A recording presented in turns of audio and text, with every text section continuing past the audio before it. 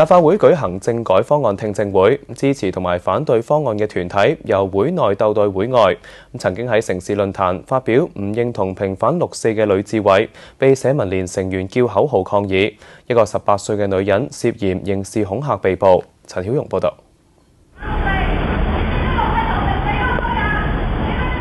呂志偉喺多名警員嘅保護之下離開立法會大樓。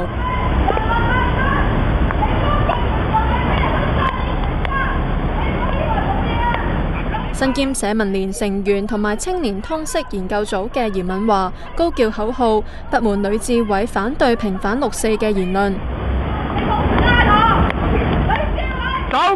呂志偉坐警車離開之後，幾名警員要求嚴敏華交出身份證，但係佢拒絕。我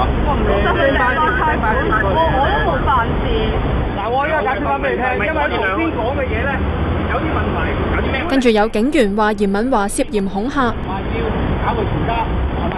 你冇屈啊！我話第2日共產黨搞啫嘛。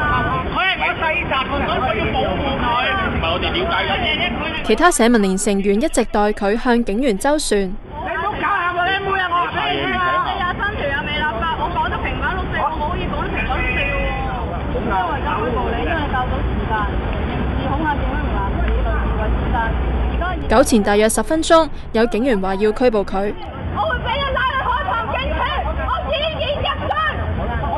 社民連成員話，嚴敏華被帶到海旁警署之後，警員一直話冇人得閒，同佢落口供，拘留咗4個鐘，先至獲准以500蚊保釋。